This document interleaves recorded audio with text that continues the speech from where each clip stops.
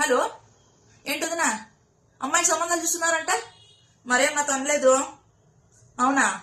మనకు అబ్బాయి మంచోడై ఉండాలి, ఓకేనా? ఏంటి ఆస్తులా?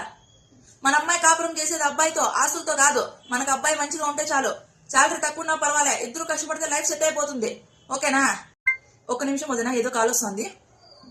హలో, ఏంటి పంతులు గారు, ఏంటి మా అమ్మాయిని చూసుకోవడానికి వస్తున్నారా? మినిమం 1000 ఎకరాలు ఉండాలి అబ్బాయికి, ఓకేనా? 7 అంకెల జీతం ఉండాలి, చంద్రమండలంలో మినిమం 100 ఎకరాలు ఉండాలి, జుట్టు బాగుండాలి, కలర్ బాగుండాలి, హైట్ బాగుండాలి. కార్ ఉందా?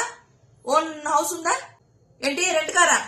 ఈఎంఐలు తెగిపోయినాక చూసుకునేకి రమ్మాను, అంతవరకు వద్దు. ఆడపడుచులా? ఆడపడుచులు ఎవరు ఉండకూడదు, ఒకటే అబ్బాయి ఉండాలి. హనీమూన్కి ఎక్కడ పిలుచుకుపోతున్నాడు? ఏంటి అమెరికానా? మినిమం స్పేస్ తీసుకెళ్ళాలి. ఏంటే వాళ్ళ అమ్మాయికి అయితే అలా చెప్తున్నావు, మన అమ్మాయికి అయితే ఏంటి ఇలా చెప్తున్నావు? అడ్వైజులు ఇచ్చేది ఫ్రీనే, పెళ్లి చేయాలంటే కాస్ట్లీ కదా. ఏమంటారు మీరే చెప్పండి.